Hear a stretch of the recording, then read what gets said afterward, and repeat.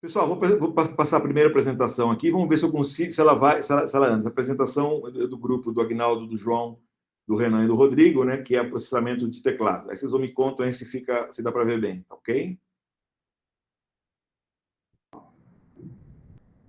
Boa tarde, eu sou o Renan e vou apresentar aqui nosso projeto final para a disciplina. A equipe é composta pelo Agnaldo, pelo João, por mim e pelo Rodrigo. O título da nossa apresentação é TinyML aplicado ao reconhecimento de teclas a partir do sinal sonoro produzido pelo pressionamento em teclado físico. Inicialmente, nós planejamos fazer esse reconhecimento através dos sinais do giroscópio e do acelerômetro, mas por diversos motivos nós mudamos para o sinal sonoro. Bom, aqui a agenda da nossa apresentação. Vamos começar falando do problema a ser resolvido, como que foi feita a aquisição de sinais, as features de entrada para o modelo, a arquitetura do modelo, a sua otimização e desempenho em conjunto de teste, por fim, os trabalhos futuros. Bom, o problema que nós queremos atacar é que, ao pressionar um teclado físico, nós naturalmente produzimos um sinal sonoro. E esse sinal sonoro pode ser revelado por um atacante, por um hacker treinado em machine learning, para revelar informações sensíveis, informações de acesso, ou até mesmo votos depositados em urnas eletrônicas. Então, o objetivo é só alertar do risco que existe para que medidas possam ser tomadas para mitigar essa ameaça. Bom, nós vamos apresentar aqui uma prova de conceito dessa revelação aí das teclas pressionadas. Bom, a aquisição do sinal foi feita com essa plataforma. Nós temos um teclado numérico aqui de 0 a 9, que, ao ser pressionado, produz o sinal, que é captado aqui pelo Arduino, posicionado bem ao lado do teclado. Além das 10 teclas de 0 a 9, nós temos também outros dois eventos, o evento de silêncio e o evento de um som desconhecido. Pode ser uma pessoa falando ou qualquer outro som. Então, nós temos 12 classes ao todo. Bom, aqui nós fazemos a amostragem a uma taxa de 16 kHz, então, em cada 1 segundo de sinal captado, nós temos 16 mil amostras. Então, nosso conjunto de treinamento é feito de amostras de 1 segundo do som captado ao pressionar cada uma das teclas. Nós temos um exemplo do sinal no domínio do tempo e no domínio tempo-frequência, que é essa representação MFE usada, Melfetter Bank Energy, para dois pressionamentos de tecla. Pressionamento da tecla 4 e pressionamento da tecla 6. Então, vamos ouvir aqui o sinal do pressionamento da tecla 4. E aqui o pressionamento da tecla 6. Então, a hipótese é que essa representação tempo-frequência seja possível discriminar. Então, a hipótese é que é característico o som produzido por cada tecla ao ser pressionada, e que isso pode ser discriminado por uma inteligência artificial. Então, aqui nós temos exemplo de 3 teclas, 4, 8 e 6, e as suas representações, né? O MFE de cada uma dessas teclas. Com a arquitetura da rede utilizada, nós usamos uma rede convolucional, com convoluções 1D. Inicialmente, nós fazemos um reshape aqui no sinal de entrada, e produzimos o sinal de 99 por 40. Em seguida, nós aplicamos uma convolução 1D, com 8 filtros. Depois da convolução, nós aplicamos um average pooling, que vai reduzir a resolução, vai ficar 50 por 80. Aplicamos, após o average pooling, um dropout, que vai jogar fora algumas das respostas do filtro. Em seguida, aplicamos uma outra convolução, com a mesma quantidade de filtros, 8. Depois da convolução, aplicamos novamente um average pooling, que vai reduzir a dimensionalidade de 50 para 25.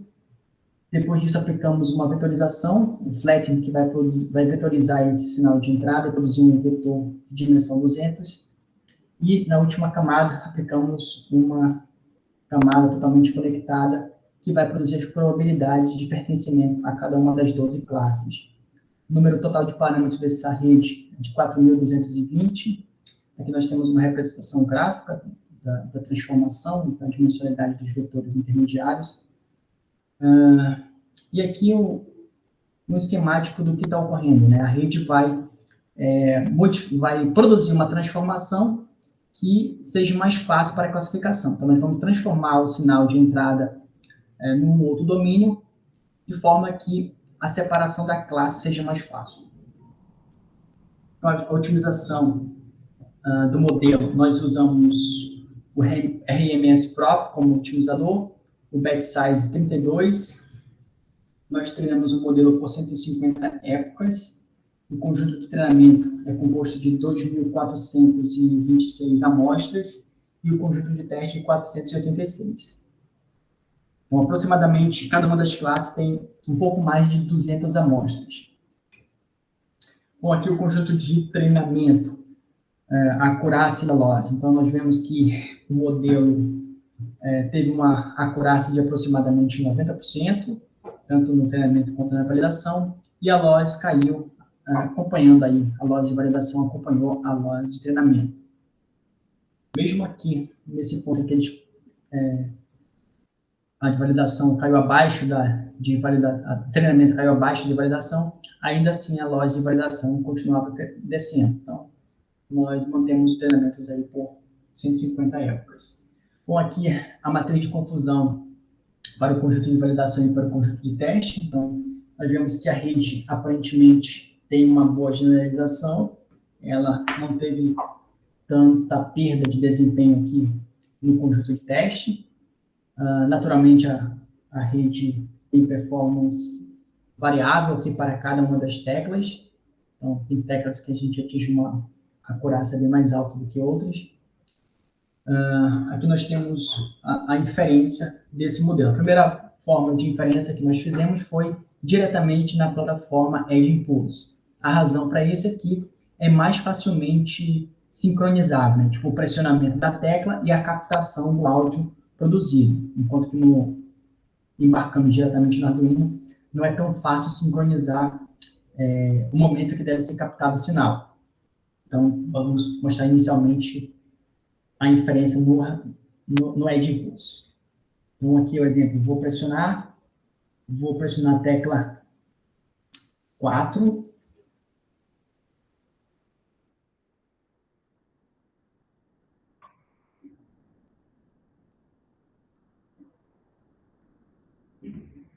ele classifica corretamente a tecla 7,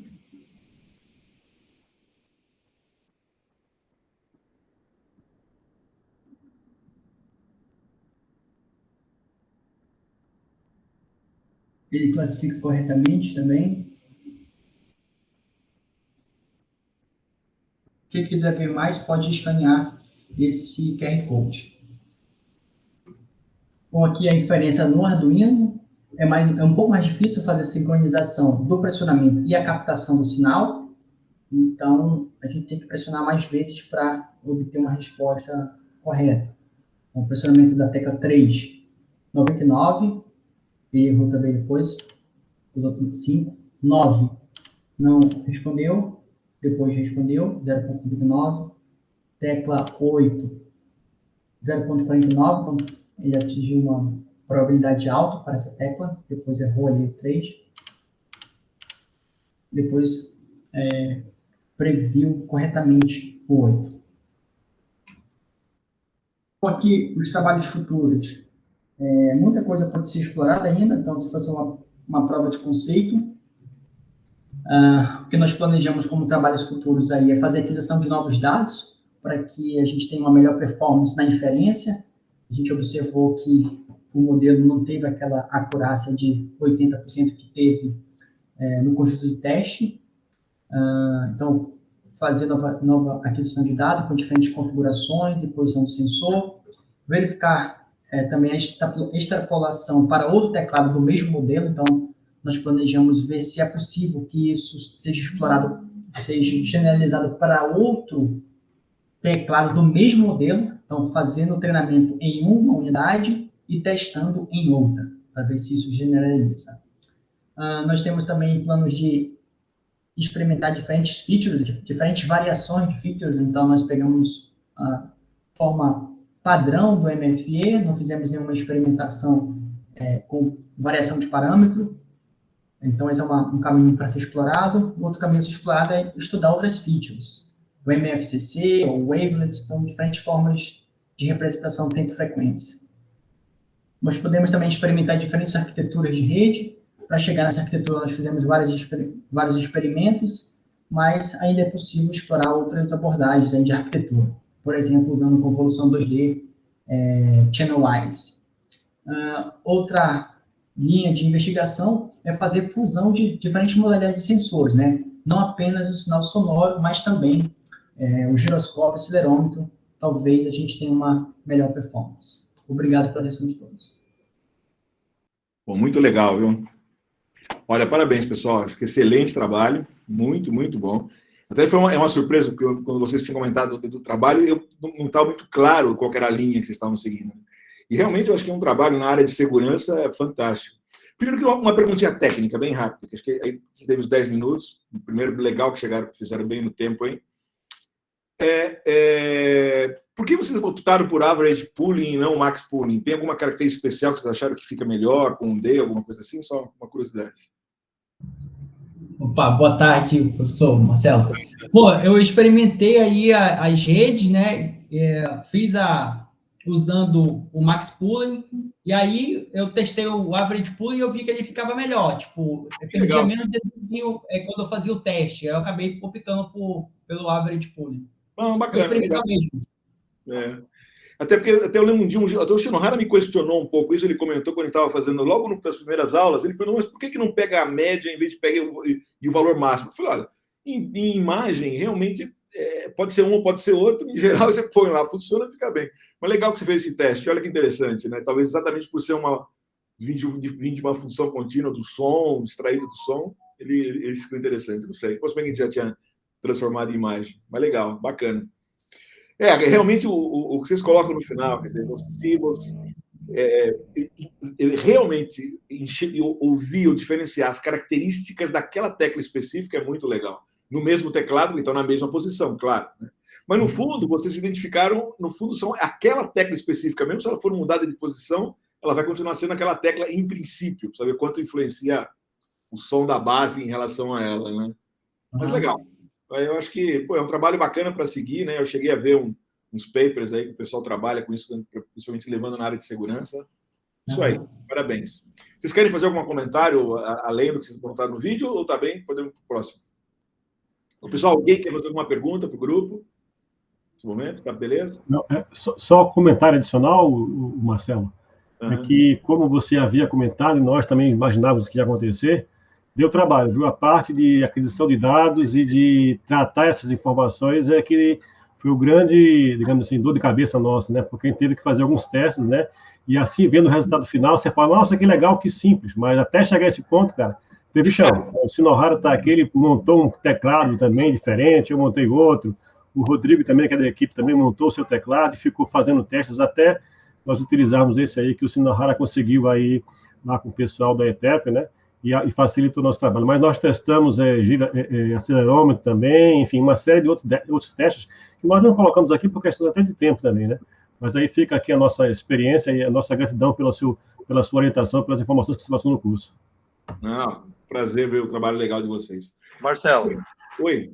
Também a gente estava tentando afastar, colocar em diferentes posições o teclado, porque tem aquela variação, né? Como se fosse uma função de transferência diferente, né? Você teria que treinar mais e etc. E, além disso, se você acoplar aquela plataforma que a gente estava desenvolvendo, ela é bastante rica em termos de sinais, enriquece bastante, inclusive para fazer outras aplicações. Tipo numa plataforma, você vê hoje acidente, quando você coloca uma carga num caminhão qualquer, o caminhão tombar, ou um guindaste, coisa do tipo. Então, a mesma configuração a gente pode usar para essas coisas. E se você usar, por exemplo, um sinal de acelerômetro ou giroscópio, o que ele faz? Além do som, ele tem mais um sinal que diz que é aquele teclado, porque estaria associado ao mesmo teclado. Então, o fato dele estar meio perto de outros teclados, por exemplo, você amarraria uma coisa na outra, e aí seria mais consistente, por exemplo. Mas aí são conjecturas, são várias coisas que você pode trabalhar, além daquele artigo que você mandou para mim lá, em que o pessoal está tentando fazer aplicações celular simplesmente pelo toque em outras regiões que não seja a própria tela do celular, né? Que são uma pesquisa bastante forte nessa área de smartphone, coisa do tipo, né? Tem bastante coisa para explorar aí. Legal. Valeu, gente. Bom, vamos lá, vamos para o próximo trabalho. Vamos descobrir como é que faz para a gente ficar sóbrio com o Tine. Hello, my name is Solomon David. I'm working on a project with Ivan Balsa and Ivan Ruby. Our project aims to identify drunk and non-drunken drivers based on their voice pattern. What we have done is assemble a large chunk of data of drunken voices and non-drunken voices. And then we have trained our model to be able to identify if somebody is driving drunk or not drunk. We are aware that with the pandemic, it's very difficult to use breathalyzers because they are one source of passing or COVID from one driver to another. So we have created a system where with our data, we can analyze by your voice pattern if you are drunk or not drunk. With this study, we have understood that although it's very difficult to start using TinyML with voice patterns, that some other noises that might be around in the road, like a car passing or somebody walking and making some sort of noise with their shoes, it might actually interfere with the quality or the result of the data that you are trying to analyze. We have simulated this study, but getting some of our friends drunk and some not drunk and trying to analyze their voice pattern. Actually, with the Arduino, it was a little bit difficult to have fully drunk people for our test and sample. It was a bit challenging to ask friends to get drunk and try to measure if they are drunk or not. But we have understood that there is an additional feature that needs to be added to our dataset, which is noise. It's something we see it as a limitation in our study now, but we see that it's something for further improvement. Thank you.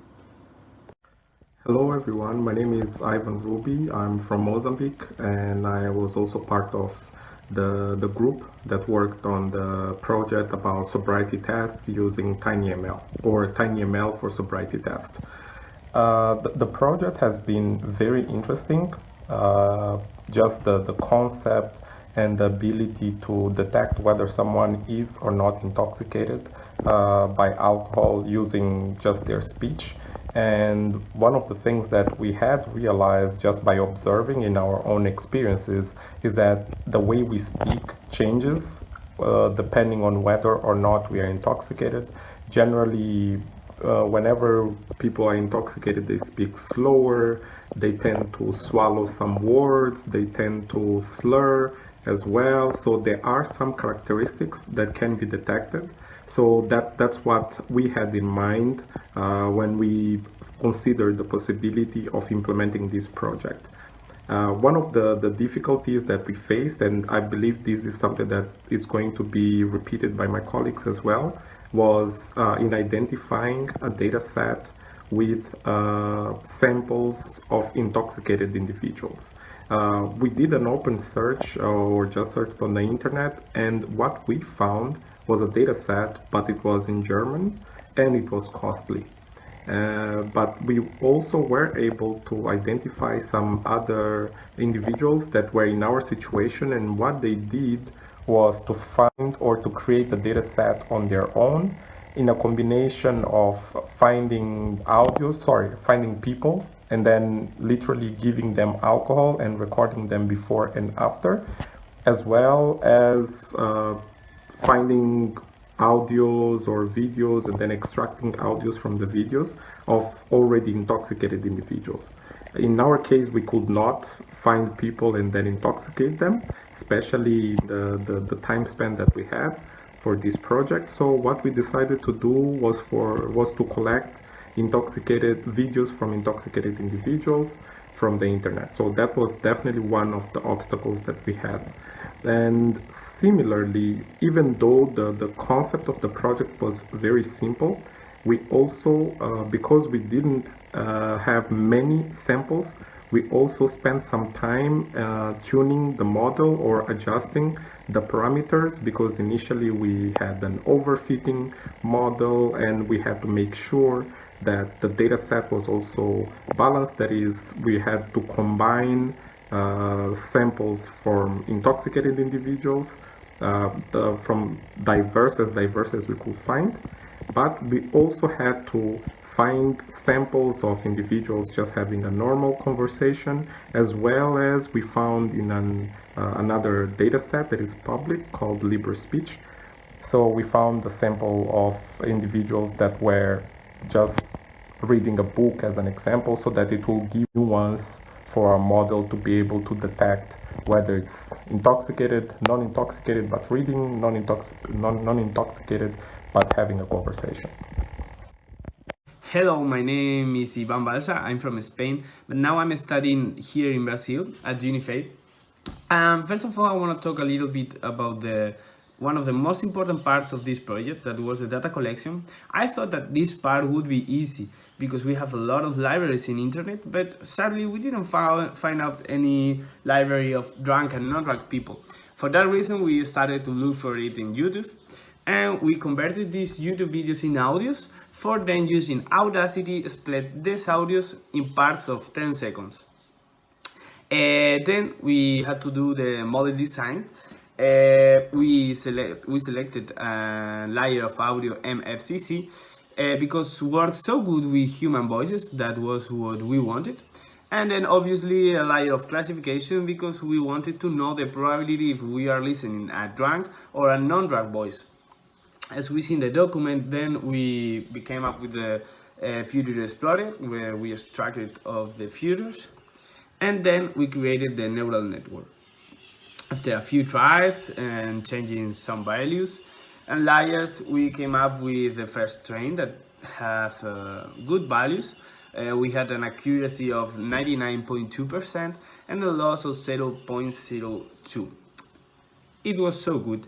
Then the next part was to do the test with our test data, and we had an accuracy of 98.45%. And in the document we can see also the confusion matrix. We were happy with these results because, as I said before, one of the biggest problems of this project, of this model, was the data collection, because in YouTube we had a lot of videos and audios with a lot of background noise. That was a problem. And also another problem is with that we have a lot of different English speakers around the world, and that's a problem. If we want to do a stronger model, then we should find different type of English speakers, drunk and non-drunk, just to do a stronger model that is functional for more people around the world. Ok. Pessoal, não, bom trabalho, mas é o seguinte, eu acho que faltou vocês mostrarem duas coisas. Primeiro, muito interessante o trabalho, eu acho que foi uma ideia muito criativa de vocês fazerem esse tipo de trabalho, né? Eu acho que seria bacana vocês terem falado e colocado os slides juntos, né? Talvez é uma questão mais de interpretação cultural, de vocês pensarem que era só para explicar. Obviamente, como eu vi o trabalho, eu recebi o trabalho escrito de vocês, eu vi essa descrição que vocês fizeram e vocês enriqueceram bastante a explicação. Eu senti falta de vocês fazerem o deployment do modelo. Vocês chegaram num bom modelo, mas eu não vi onde está o Arduino, a ideia final da gente passar isso no kit, né? Eu sei que nossos colegas de Moçambique tinham mais problema com o kit, mas nosso Ivan Balsa, que está aqui em Santiago, que está aqui em Itajubá, tinha o kit. Então, na verdade, era uma parte importante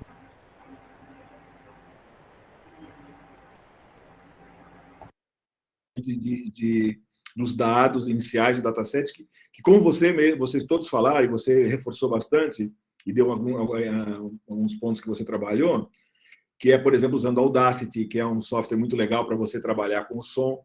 E essa é a parte ruim mesmo, a parte difícil de você trabalhar com qualquer projeto de machine learning, principalmente nessa área que nós estamos de NML, é exatamente trabalhar com dado, limpar o dado, deixar o dado de maneira preparada ou pré-preparada para você poder utilizar no modelo, tá bom? Mas legal, parabéns pelo trabalho. Eu só sugiro que, poxa, tem que terminar, porque não tem a curiosidade de ver se isso daí funcionaria dentro do Arduino, né? Eu sei que é difícil, mas daí botar o som de alguma pessoa, né, bêbada aí, né? Borracha, certo? Ver se pegava ou não. Sim. Aí. Não, com certeza. Boa tarde a todos. E realmente o que acabou acontecendo foi que no início nós estimamos que iríamos passar mais tempo no modelo e menos tempo no dataset. E acabou sendo completamente o oposto. Não poderíamos avançar com o modelo sem o dataset. Sim. E também por causa da localização geográfica, estamos praticamente os três em sítios distintos. E só um é que tinha o kit, então acabou atrasando, acabou demorando e ficamos sem a confirmação do deployment. Mas com certeza é algo que nós mesmos estamos curiosos para fazer e para ver como vai ficar. Então, com certeza. Não, mas legal. Mas parabéns ao grupo. De qualquer maneira, eu acho que, de novo, não é um trabalho simples exatamente pela parte inicial. E acho que é legal essa sua observação, Ivan, porque um pouco esse é o mundo do machine learning, né? Muita gente fica voltado muito por causa do modelo, né, e esquece do dataset. E em TinyML é exatamente isso. Quer dizer, os modelos são mais ou menos bem trabalhados, não são complicados. Mas a pré-preparação, os feature engineering que você tem que fazer para transformar som em imagem, nos acelerômetros, aquilo que nós vimos bastante aqui, é o pulo do gato, né? A coisa complicada é aquilo que vai fazer a gente fazer um bom modelo de machine learning aí no mundo dos embedded devices. Tá bom, pessoal. Legal. Mas parabéns. Vamos lá. Vamos ver quem vai ser o próximo aqui. Deixa eu ver aqui rapidinho. Sistema de identificação de falha e enrolamento. O objetivo desse trabalho é a detecção de falha e anomalia em enrolamento por meio de inteligência artificial em dispositivos embarcados. Seu desenvolvimento foi dividido em aquisição e treinamento do modelo. Para a aquisição, foi utilizada uma bancada construída no Instituto Federal de Ciência e Tecnologia de São Paulo, Campus Guarulhos. Ela é constituída de um motor com caixa de redução e 2 rolamentos interligados em um eixo. A mesma permite o controle de velocidade do motor, com o mínimo de 10 RPM e o máximo de 60 RPM. Entretanto, a 10 RPM ocorre a frequência de ressonância do motor. Para a aquisição de dado, foi utilizado 2 Arduino Nano BLE33 Sense fixado com um fio rígido que cruza o mancal. Ele cruza por debaixo do mancal e entra pelos furos de fixação da placa e por lá ele se afirma. A imagem, a placa direita está sobre o rolamento com defeito e a placa à esquerda está sobre o rolamento bom. O envio de dados é feito por meio da comunicação serial do Arduino. O defeito é feito no elemento rolante. Trata-se de um desbaste a fim de simular um achatamento. A programação de acção trata-se de uma variação da biblioteca já existente, a biblioteca de Harvard na programação de teste de IMU. Nela foi colocada uma variável para o consultor de tempo, de modo a fazer que a aquisição dure apenas 2 minutos, e para o envio do mesmo tempo, a fim de obter melhor precisão na frequência.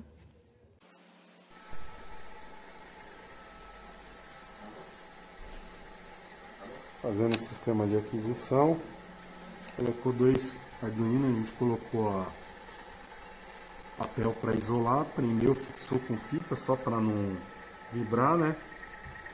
Aqui está fazendo a aquisição. Frequência a gente controla aqui, ó. Frequência é aproximada. Painel do sistema. O vídeo demonstra um teste preliminar feito para descobrir qual o melhor sensor para analisar a falha no rolamento. Também foi percebido a frequência de ressonância em torno de 10 RPM. Aqui é demonstrada a montagem final, já com o Arduino acoplado com o fio. Como brevemente citado anteriormente, os dados foram coletados através do monitor serial. Os mesmos foram copiados e colados para uma planilha CSV. Tais dados foram coletados dos respectivos sensores, acelerômetro e giroscópio. Nesta parte é apresentado alguns algoritmos que foram criados com os dados. O primeiro é uma detecção de anomalia misturando os sensores acelerômetro e giroscópio. A distribuição de dados ocorre próximo ao padrão 80-20, em que 80% é os dados de treinamento e 20% os de teste. Neste caso, a distribuição ficou 70% os dados de treinamento e 24% os dados de teste. Aqui é possível ver o comportamento dos dados. Nessa parte é possível ver como os dados se aglomeram junto, tanto o giroscópio quanto o acelerômetro, facilitando o aprendizado. Aqui é possível ver o campo de anomalia. Por ser bem distinto e os dados estar bem divididos, a programação é capaz de detectar as anomalias. Em testes com o Arduino parado, ela foi capaz de identificar que havia algum erro, visto que o correto é o rolamento estar sempre emitindo alguma vibração. Nessa programação ocorre a classificação da falha, não somente a sua detecção. Os dados coletados foram do acelerômetro, tanto para o rolamento bom quanto para o rolamento ruim, a fim de classificar e diferenciar entre um e outro. O modelo é similar ao anterior. Sua janela de amostra é de 1,5 segundos, com incremento de 80 milissegundos, utilizando os 3 eixos do acelerômetro. Entretanto, usa uma classificação NN. Neste campo é possível analisar os dados e ver como os dados de rolamento bom e rolamento ruim se diferenciam. Seu desenvolvimento ocorreu com 2 redes neural densas, uma de 20 neurônios e outra de 10 neurônios. Foi capaz de identificar 100% das falhas. No teste de validação, ele teve uma sutil perda de precisão, o que é esperado. Infelizmente, o teste de modelo no mundo real não pôde ser feito devido ao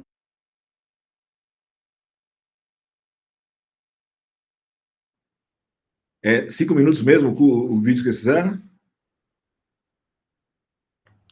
Isso mesmo, Marcelo. Que deu a impressão de eu cair, cortou meio...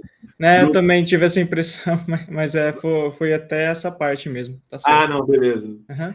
Não, é muito bacana o trabalho, Rodrigo. Não sei se vocês querem, se você quer fazer algum comentário. Eu acho que é só comentar que, infelizmente, a gente não conseguiu fazer o deployment, né, porque foi lá no Campus Guarulhos, né, que foi montada toda essa plataforma, e aí alguns problemas que ocorreram lá com o professor Dantas, que estava como responsável para fazer essa parte, né, e aí a gente conseguiu realmente fazer essa montagem e tudo mais agora no finalzinho, né, da semana passada e essa semana. Até o professor pode até comentar um pouquinho mais sobre isso, né? E aí a gente não conseguiu fazer o deployment, então a gente fez toda a aquisição, né, pegou os dados, e a gente acabou fazendo 2 testes. Um teste para fazer a classificação dos 2 rolamentos, como foi mostrado aí no vídeo, e a outra que a gente imaginou também que seria bem lógico, que é pegar todos os dados do funcionamento normal da máquina, né, só com um rolamento bom, e colocar a detecção de anomalia. E assim, com a detecção de anomalia, qualquer coisa que estivesse fora daquele espectro que estava ali no vídeo, ele iria indicar que existe uma possível falha no rolamento, né? No treinamento, nos 2, né, tanto esse último que o Iron mostrou no vídeo, quanto o outro, o resultado foi muito bom, porque a gente coletou os dados também do rolamento ruim, colocou como um dataset, né, cada frequência foram 2 minutos e pouquinho, e aí ele conseguiu detectar todos como anomalia, e o rolamento bom, ele conseguiu ficar dentro daquela faixa sem anomalia, né, de funcionamento normal. Eu acredito que na prática, né, assim que a gente conseguir implementar ali no IF, vai funcionar legal, né? Talvez um ou outro ajuste, né, mas... Não, legal. Não, eu tenho acompanhado o Dantas, sempre a gente conversa, eu sei que ainda está super complicado no final de ano. A boa notícia é o seguinte, né, como está até o José Alberto aqui comigo, ele já confirmou com vocês na passada que não tem que ter nenhuma desespero para entregar os kits, né, Zé? Então, quer dizer, como o Zé Alberto comentou, dá para fazer isso aí na próxima, até janeiro. Você vai ver direitinho quando, né? Até o Zé está aqui, ó, está aproveitando aqui, ó. Oi, pessoal, estou presencial aqui, tendo o privilégio de estar com o Marcelo ao vivo. Então, a gente vai ter aí, acredito, final de fevereiro, começo de março, dá tranquilo para quem precisar aí, quiser trabalhar mais, hein? A gente manda por e-mail, né, confirma certinho, porque para a nova turma agora é mais ou menos para abril, até poder enviar o kit para eles, né? Então, de começo de março dá tranquilo. Legal. Não, isso aí, gente. Não, e aí, vocês aí junto, né? Você aí, Reixo, João, né? Junto com o Irão e o Dantas, né? Já ficam meio devendo para a gente o resto, porque sabe por quê? Porque eu acho que é muito legal os trabalhos que vocês estão fazendo. Eu sei que faz parte, o Dantas comentou comigo outra vez, faz parte de um projeto maior que vocês estão fazendo. Então, seria legal vocês aproveitarem, se vocês tiverem tempo, então, aí, sei que o final do ano é corrida, de repente, nas primeiras semanas de janeiro, de repente, fazer o deployment, completar o relatório. Quer dizer, eu dou a nota adiantada para vocês, mas seria legal vocês fechassem isso daí para a gente deixar esse projeto fechado, que é um projeto muito bacana. Ah, sim. Sem dúvida. Muito obrigado, viu, Marcelo? Acho que até o Dantas vai comentar um pouquinho agora. Fala, Dantas. Boa tarde, pessoal. Tudo bem? Ô, Marcelo, a gente teve um imprevisto na questão da montagem do sistema. Esse sistema está sendo usado para outras aplicações, inclusive para comparações de técnicas tradicionais de análise de vibração, né? E essa linha nova que a gente está aplicando aí com o TeamML vai, inclusive, servir de comparação. Eu acredito que a gente consiga já finalizar isso daí já nas próximas semanas. Realmente, a gente conseguiu fazer as medições na segunda-feira. Foi praticamente antes de ontem, né? E a gente estava com problema de sacar, porque tem que sacar o rolamento, tem uma questão um pouco de logística. Como a gente finalizou o processo, não deu tempo de trocar novamente o rolamento para fazer o sistema sem a falha e o sistema com falha. Inclusive, a inserção de outros tipos de falha. Para vocês terem uma noção lá, a gente gastou de usinagem aí mais de 80 horas para construir o sistema, né? E ficou faltando um outro tipo de falha, que era o defeito na pista do rolamento. A gente tentou furar o rolamento, não conseguimos via processo de fresamento, né? Então agora a gente está buscando outros processos aí, como eletroerosão, para inserir outros tipos de defeito, mas o projeto vai continuar e os primeiros resultados aí foi bem animador para nós. Então o projeto está em pé, a gente espera fazer publicação, inclusive com esses dados aí, melhorando um pouco mais aí a metodologia para dar continuidade. É um projeto maior, pode ter certeza. Ah, legal, legal. Bom, parabéns, pessoal. Super parabéns. Bom, vamos para o próximo trabalho aqui, então, agora, né? Vamos aqui por aqui. É o projeto do grupo do Ex-Machina aqui da Unifei. Vamos ver um pouco de robótica. Boa tarde, professor. Eu sou a Marcela e vou iniciar a apresentação do projeto final de ESH 01. Bom, iniciando a apresentação, eu não poderia deixar de citar o porquê do nosso tema escolhido. Eu, assim como todos os membros da minha equipe, participamos de um projeto de extensão da Unifei, chamado Ex-Machina, que, através da tecnologia assistiva, trabalha o desenvolvimento de prótese biônica. E a ideia de juntar o ideal do nosso projeto com os conhecimentos desse curso de Teen Machine Learning foi pensada justamente para evoluir as pesquisas e trazer mais bagagem técnica ao Ex-Machina. E quanto ao desenvolvimento do projeto, nós priorizamos a organização para evitar a confusão ao longo do percurso, então criamos um Trello para colocar os dados coletados do início até o fim, e as etapas iniciais foram basicamente a coleta dos dados pelo dataset e para o nosso próprio dataset, e algumas também ocorreram simultaneamente, como quando estávamos testando e tentando encaixar o nosso projeto em outros datasets da internet. E agora o Matheus vai explicar um pouco melhor como a gente sucedeu tudo isso. Olá, meu nome é Matheus Delangélica e eu vou falar um pouco mais sobre os datasets que nós usamos no nosso projeto. Bom, inicialmente surgiu uma dúvida sobre talvez desenvolver um dataset próprio ou adaptar um dataset de terceiros. E aí a gente chegou a trabalhar um tempo em paralelo, né, coletando parte desses dados por nossa conta, né, dados autorais, do nosso eletromiógrafo, tentando fazer a coleta do sinal de cada um dos dedos, enquanto o restante da equipe estava procurando esses dados também no Kaggle, no Your Data e no Dataset Search da Google. Chegamos a encontrar alguns dados relevantes, porém, como os sistemas são bem distantes, né, até o momento não pareceu possível que a gente conseguisse adaptar um ao outro, talvez no futuro usar Transfer Learning, né, e poder trabalhar em cima desses dados, melhorar a qualidade dos nossos dados usando esses dados de terceiros. Porém, como o tempo estava relativamente limitado, a gente optou por focar no desenvolvimento próprio. Bom, a partir disso, foi feita a coleta e o tratamento dos dados com o nosso eletromiógrafo de um canal. Aqui um exemplo do funcionamento dele, né, de como que ficam esses dados. Foi utilizada a placa de desenvolvimento do Arduino Nano V3, já que o Arduino Nano 33 BLSense sem um diodo Zener não conseguiria suportar o sinal do nosso eletromiógrafo, então foi encomendado um diodo Zener, enquanto isso a gente estava captando esses sinais do nosso eletromiógrafo de um canal. Foi coletada cerca de 1h30 de dados divididos entre treinamento e teste, e o tratamento inicial e a conversão dos dados foi feita via PLX-DAC, que seria um software aqui que vai exportar o CSV depois, para o Edge Impulse, chegando aqui em Data Acquisition dessa forma. Depois foi feita a coleta e tratamento dos dados de 2 canais, então foi soldado mais um eletromiógrafo, né? Aqui um exemplo dele, de como que fica esse módulo. O posicionamento dos eletrodos, né? Como que ficou isso em Data Acquisition, e o uso do PLX-DAC também, né? Como que isso fica na própria planilha. Foram coletados cerca de 36 minutos de dados divididos em treinamento e teste, né? Resultando nisso aqui. Isso ainda antes de chegar o nosso diodo Zener, né? Posteriormente, isso vai ser comentado mais para o final dessa apresentação, né? O resultado com 2 canais de 5 dedos não foi tão interessante, então a gente partiu para o uso de 3 dedos. E aí foram feitos os testes aqui com o indicador médio-mindinho, anelar médio-mindinho, o dedão médio-mindinho. Aqui também está um exemplo de como que ficaram esses dados aí coletados com 2 canais de IMG. Por fim, foram testados 3 canais de IMG e o uso do BLSense quando finalmente chegaram, né, esses diodos Zener.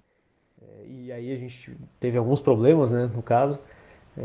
Isso por conta da associação de 3 eletromiógrafos, né, acabou que um eletromiógrafo acaba interferindo um pouco no outro, o nosso sinal ficou um pouco bagunçado.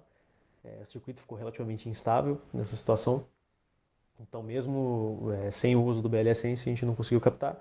E quando a gente conseguiu captar, usando o BLSense, né, para teste, e até tentando com 2 canais também, o PLX-DAC ele estava crashando ao tentar fazer esse upload. Até agora não conseguimos chegar em alguma solução, continuamos testando e optou-se também por no futuro talvez testar algum outro caminho que pudesse fazer esse upload para o Edge Impulse. Então vai ser testado isso também ao longo das férias. Vale ressaltar também que a nossa equipe de eletrônica já se mobilizou, então já desenvolveu algumas placas, melhoradas inclusive dos nossos eletromiógrafos e das nossas placas de controle, para que a gente pudesse ter um resultado mais interessante também, né? E para poder inserir aí essa ideia de inteligência artificial dentro do projeto Flex Machina, já foi enviado para o nosso patrocinador, a gente só está no aguardo. Aqui o desenvolvimento do nosso eletromiógrafo também, e aqui os posicionamentos aqui dos 3 canais de IMG, tanto com o Arduino Nano quanto o 33 BLSense. Agora a gente vai falar um pouco sobre os modelos que a gente fez usando esses dados. Boa tarde, meu nome é Sandy e continuando a apresentação do nosso trabalho, os nossos modelos eles foram todos baseados no modelo indicado pelo Edge Impulse para dados em série temporal. Então nós utilizamos análise espectral no bloco de processamento e no bloco de aprendizagem a rede neural para realizar a classificação. Bom, essas classes de saída foram um ponto que nós tivemos que reconsiderar. Os primeiros modelos que a gente conseguiu testar foram com a intenção de realizar uma classificação entre 6 classes, sendo, né, uma classe para cada um dos dedos, mais a classe nenhum dos dedos. Nos nossos testes, nós variamos parâmetros como o FFT, e também fizemos mudanças na arquitetura da rede neural, adicionando e removendo algumas layers e neurônios, porém, nossos resultados não foram satisfatórios.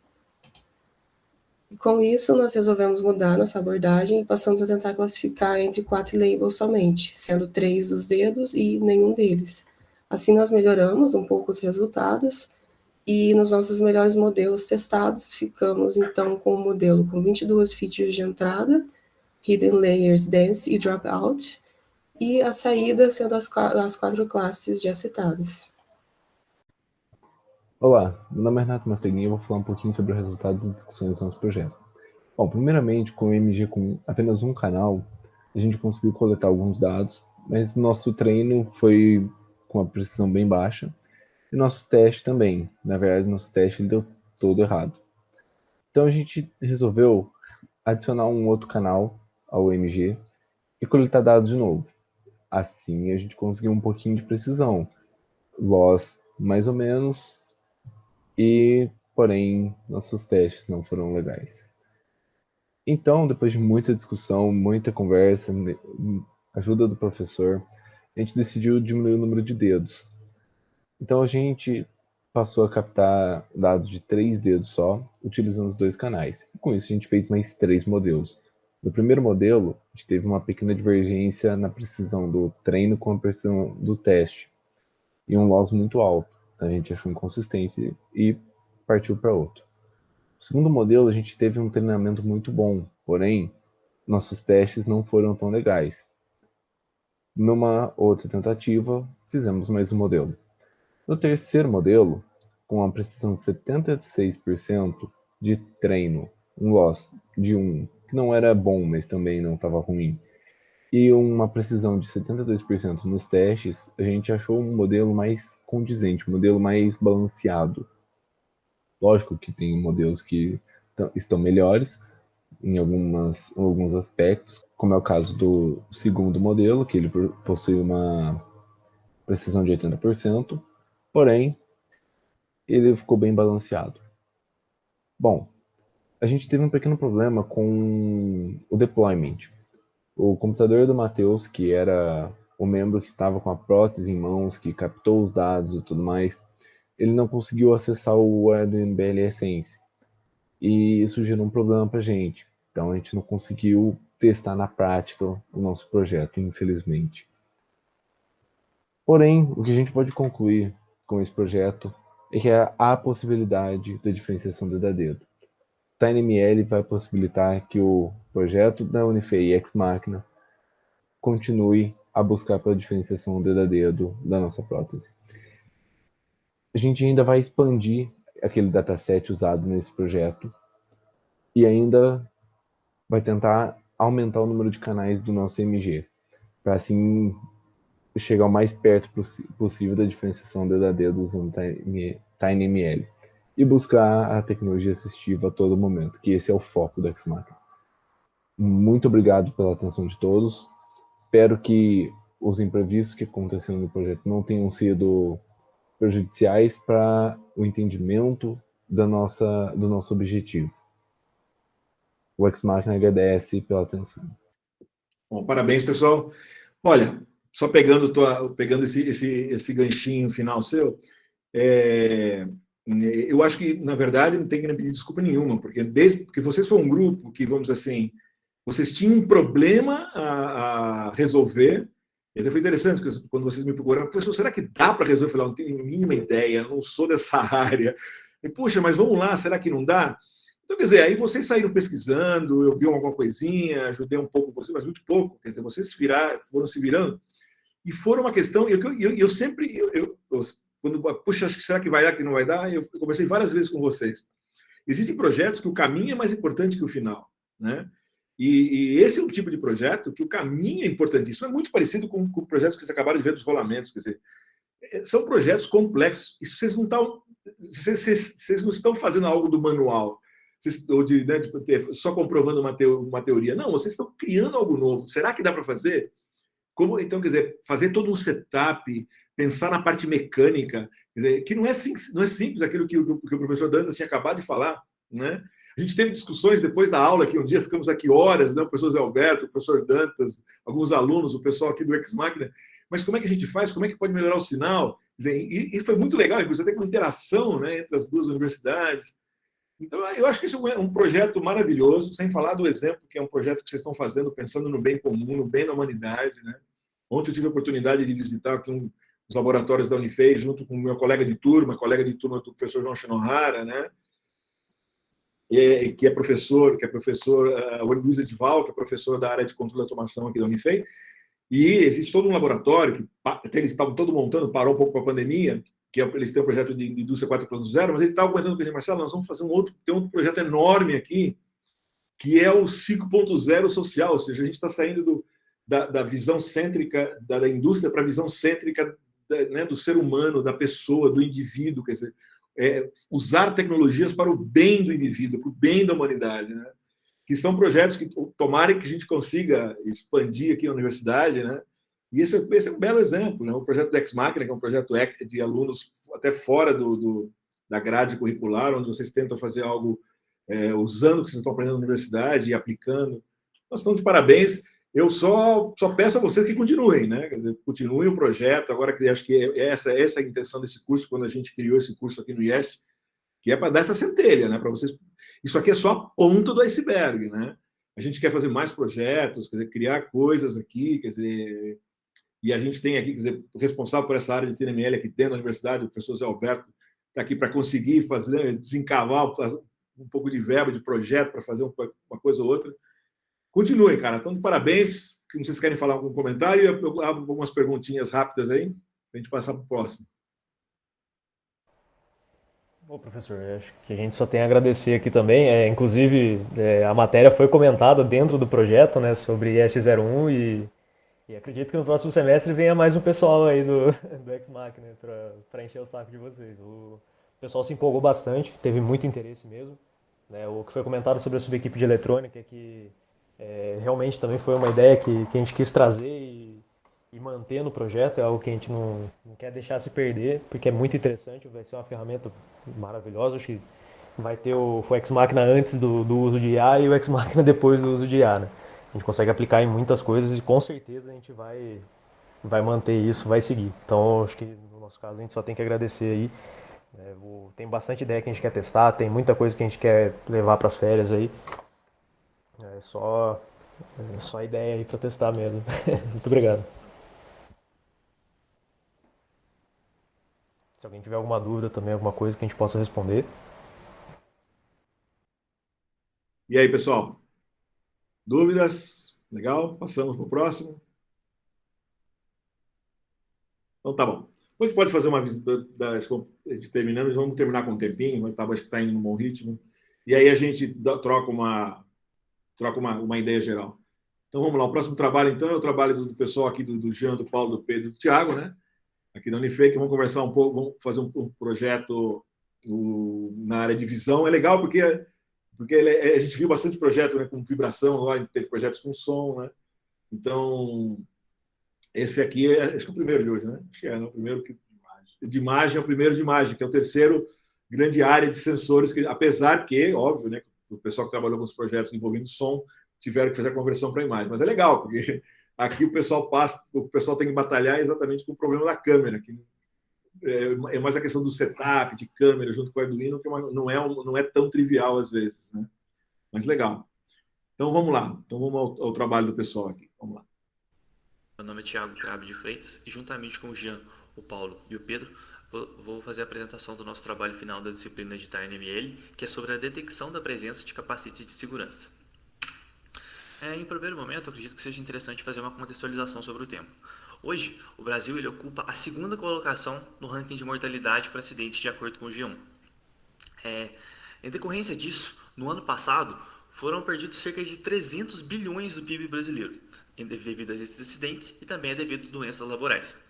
Então, a gente entende que existem impactos muito negativos, tanto no aspecto físico, quanto no aspecto psicológico dos indivíduos que se acidentam, além de perdas financeiras decorrentes desse processo.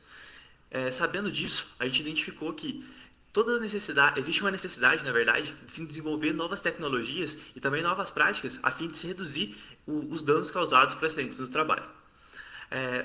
Sendo assim, a gente colocou como objetivo do nosso trabalho o desenvolvimento de um modelo que possa realizar a identificação da presença de capacetes de segurança em indivíduos de modo a tentar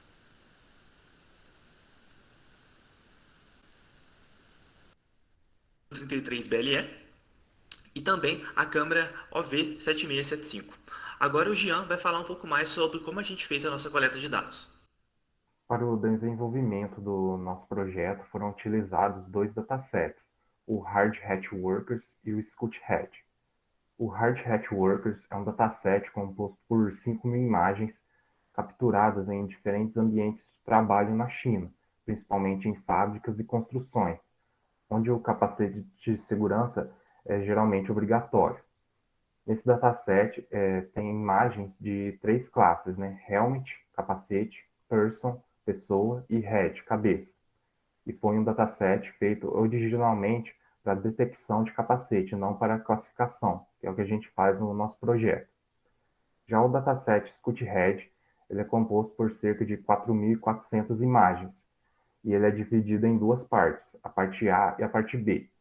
No nosso projeto, a gente utilizou a parte B, que são cerca de 2.400 imagens rastreadas da internet. Agora, o Pedro vai falar mais sobre o pré-processamento. Agora aqui no pré-processamento foram utilizados 2 datasets. Um dataset com imagens de 48 por 48 pixels e outro com imagens de 96 por 96 pixels.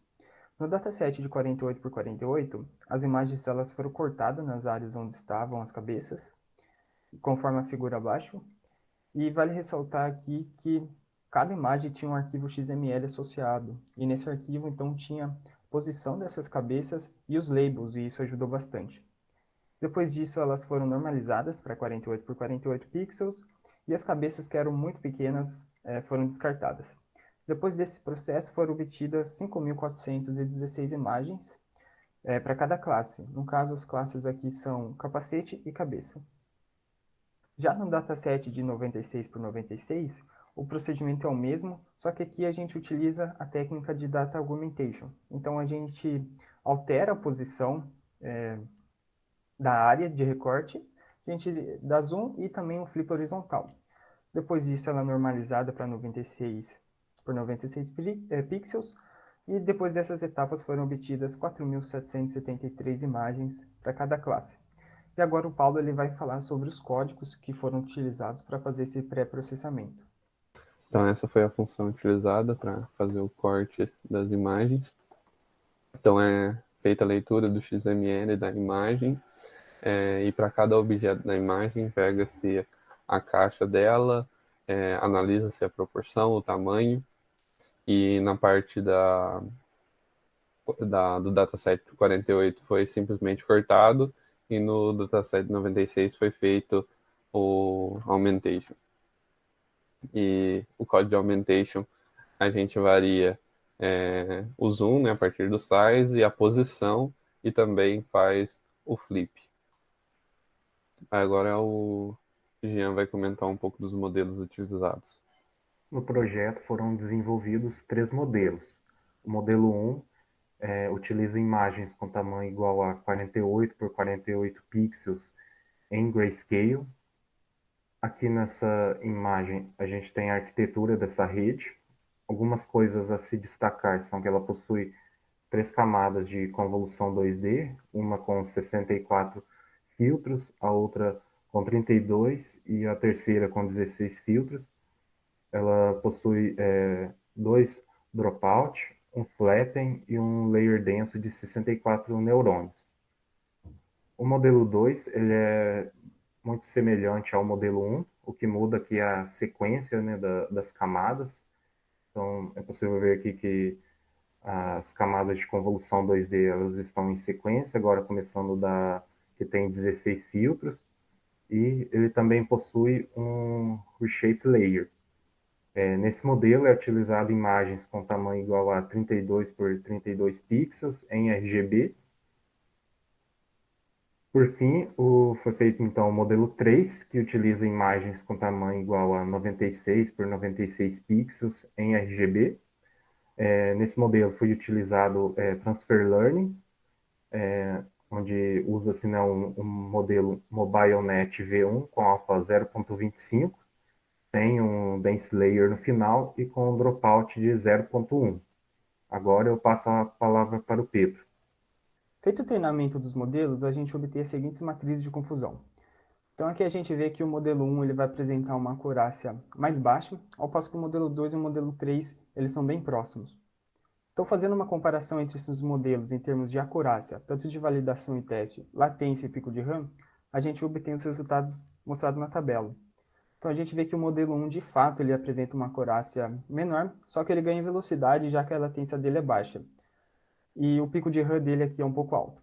Já o modelo 2 e o modelo 3, eles são bem próximos, mas ao passo que o modelo 2 ganha em pico de RAM, o modelo 3 ganha em latência. Aí, qual modelo utilizar vai depender da aplicação. Se a velocidade é um fator crítico, mas a acurácia nem tanto, então pode utilizar o modelo 1. Agora, se a acurácia é um fator crítico e a velocidade nem tanto, então pode utilizar o modelo 2 ou o modelo 3, né, a depender do hardware, já que o pico de RAM ali é um fator a ser considerado. E aqui vale ressaltar que a inferência é um pouco mais difícil para os modelos que utilizam o dataset de imagens por 96 por 96 pixels, já que elas não necessariamente estão centralizadas, já que foi feito o Data Argumentation. E agora o Paulo vai falar um pouco sobre o deploy. Então, no deploy foram utilizadas as bibliotecas de Arduino geradas pelo Edge Impulse. Também foi utilizada a biblioteca TinyML Shield para facilitar o uso da câmera e para indicar qual classe estava sendo identificada. A gente utilizou LEDs, né, mas poderia não abrir uma porta, né, caso fosse identificado uma cabeça sem capacete, ou enviar isso pela internet, salvar em um cartão. Mas no nosso caso aqui a gente tem a configuração dos LEDs. Caso a classificação para cabeça for maior que 0,7, acende o LED vermelho. Se for capacete maior que 0,7, acende o LED verde. Aqui está menor porque a lógica para acender o LED é invertida, né? Então, quando está em nível baixo ou zero, aqui passado, que o LED acende. Com relação às dificuldades que a gente enfrentou, a gente tentou implementar no ESP, porém compilou, porém na hora da inferência a gente teve o erro. O mesmo modelo que rodou no Arduino acabou não rodando no ESP. Já com relação ao dataset, no momento que a gente começou a cortar, né, as imagens, a gente obteve mais capacete, né, do que cabeça. Então a gente utilizou outro dataset, né, para complementar esses dados. Outro problema que a gente teve foi com relação ao tamanho das cabeças, né, dentro das imagens, porque muitas das vezes as cabeças eram muito pequenas dentro das imagens, e se a gente fosse recortá-las, a gente teria uma resolução muito baixa, o que fez a gente descartar bastante dado. E os dados, né, na sua maioria, era de pessoas asiáticas. Então, isso pode enviesar o modelo. E, por último, né, a gente teve bastante dificuldade no posicionamento da câmera, né, para aparecer na imagem. E agora o Thiago traz a conclusão. Bom, agora na parte da conclusão, em posse das informações obtidas até aqui, a gente consegue afirmar que a gente fez uma boa escolha dos nossos modelos, visto aí as métricas apresentadas anteriormente. Por fim, mesmo, a gente conseguiu identificar algumas oportunidades de melhoria para o nosso trabalho. A primeira delas seria a geração de um novo dataset com GNU e com montagens. Aqui a gente gostaria de, por exemplo, fazer um acréscimo na imagem de um capacete, na imagem de alguém sem capacete, por exemplo, de modo a tentar fazer com que o nosso modelo faça essa identificação também. E a gente acredita também que a inclusão de uma nova classe no nosso modelo ela possa ser proveitosa, já que hoje o modelo ele só identifica pessoas com capacete ou sem capacete. Então essa nova classe seria para identificar quando não existem pessoas na frente da câmera. Com isso a gente acredita que o nosso modelo ele possa se tornar ainda mais efetivo e ainda mais robusto. No mais, eu acredito que seja isso. Gostaria de agradecer ao professor Marcelo e a todos vocês que estão aqui presentes. Agradeço imensamente pela atenção. Muito obrigado.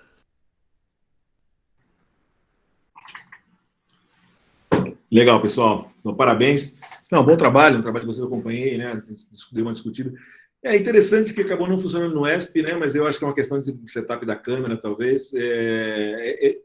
Eu confesso para vocês que esse é uma lição de casa para mim. Vai ficar para o próximo curso, né? Para esse realmente não deu. Eu queria trabalhar com a ESPCAM, né? Fazer alguns testes com a ESPCAM, para deixar mais redondinha, né? Pelo menos agora, eu acho que a gente tem a gente conseguiu fazer com que o kit se conecte bem na Edge Impulse, a gente consegue capturar os dados, porque é legal na hora que você capturar, e principalmente quando você faz a inferência, né? inferência, mas fazendo, na verdade, a classificação em tempo real, né? Usando o Arduino, dá para você ver com o kit exatamente onde está o posicionamento. Foi um ponto que vocês levantaram, quer dizer, aquele indivíduo não é tão fácil fazer o posicionamento usando essa câmera com baixo frames por segundo, né? Com baixa velocidade. E a Arducan, baseada na ESPCAN lá da ESP32, da Expressif, ela tem mais memória e tem um poder de processamento bem legal. A câmera é uma câmera bem melhor em termos de captura, de imagem.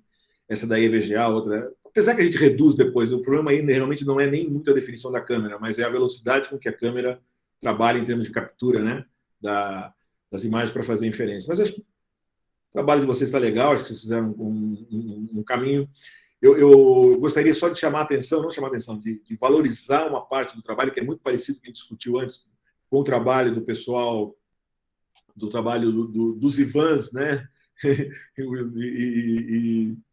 e do Davi, lá de Moçambique, que é todo o trabalho também da coisa da captura do dataset, que uma coisa não é simples, né?